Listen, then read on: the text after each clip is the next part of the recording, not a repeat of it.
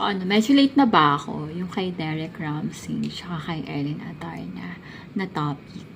So, wala. Gusto ko lang din mag-share ng opinion. So, panoorin natin, guys. Actually, hindi ko pa ito napapanood. Pero, alam ko na yung mga issue na nag-cheat daw si Derek. Pero itong news na to hindi ko pa napapanood. So, panoorin natin. Mga kapatid, ito na nga, pinagpipiestahan ng mga Marites online ang isiniwalat ni Ellen Adarna na umano'y pag-cheat ni Derek Ramsey with a side chick.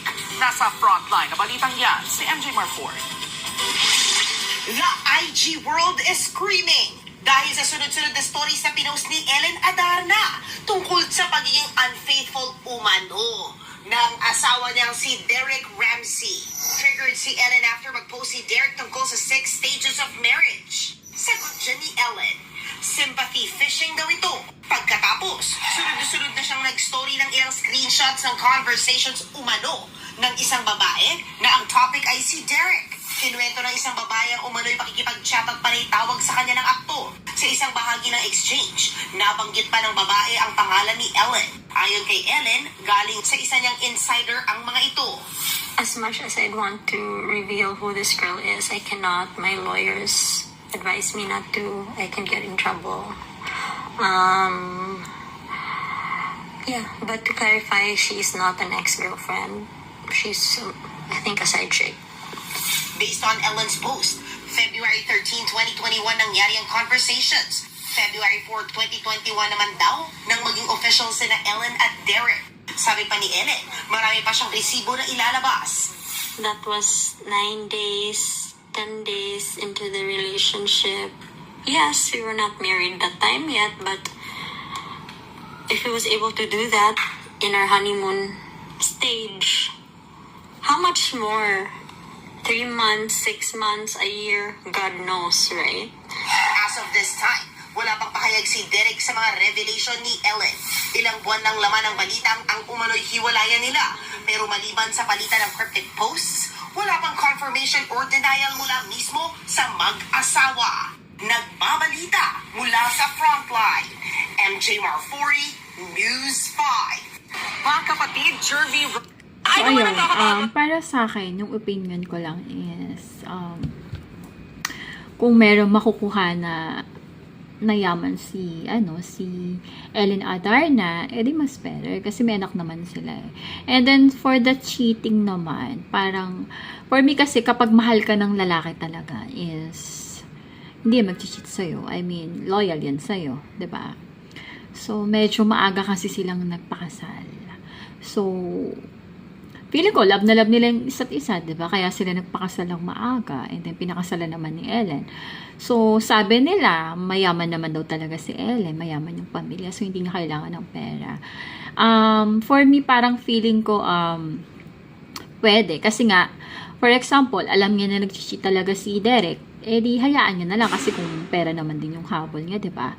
So, I think, feeling ko hindi naman pera yung habol lang talaga ni Ellen. Kasi nga, meron siyang, ba't pa siya kung alam niya naman talaga nag-cheat na yung tao, hindi na siya magko-complain o hindi na siya makikipaghiwalay dun sa lalaki. Kung parang pera-pera na lang talaga, diba? So, I think, hindi naman talaga pera yung habol ni Ellen.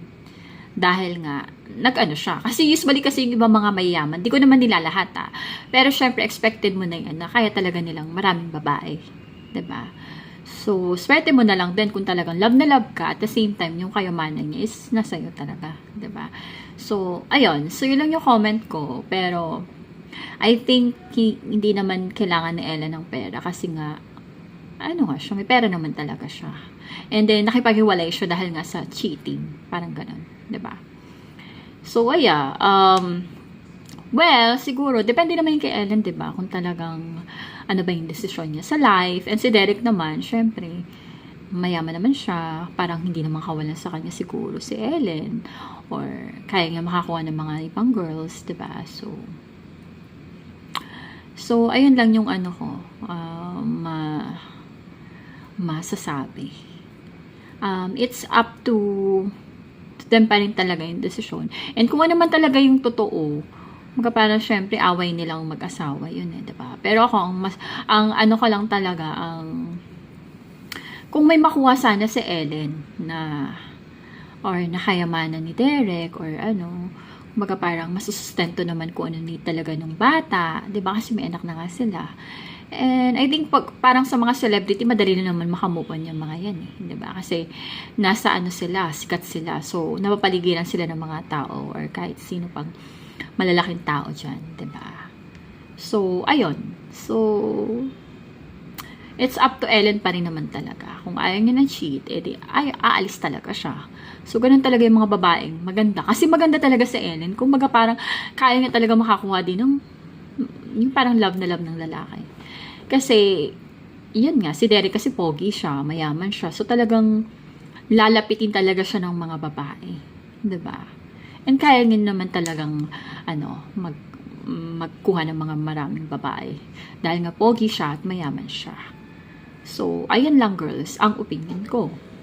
So, sa mga girls, hindi na ako mag-comment. Basta, yun lang. So, feeling ko may makukuha naman sa Ellen kasi may anak naman sila eh. So, may mga DNA test naman din yan, 'di ba? So, yun lang yung opinion ko, guys. So, ganun talaga pag industry ng mga mayayaman, 'di ba? I mean, kailangan dapat ready ka sa cheating. And lalo na kung maganda ka naman, 'di ba? So, yun lang. Maganda ka, tapos syempre, kung babae ka, kung kaya mo sa ganong industry ng mga mayayaman, dapat ready talaga. So, since Ellen maganda, may kaya din naman siya. So, ayaw niya ng ganon. So, yun lang. It's depend naman on the girls. Kanya-kanya naman yung standard, diba? Kanya-kanyang wants yan. So, ayun lang, girls. So, thank you for watching. Marami pa akong share, ha? So, manood lang kayo. Bye!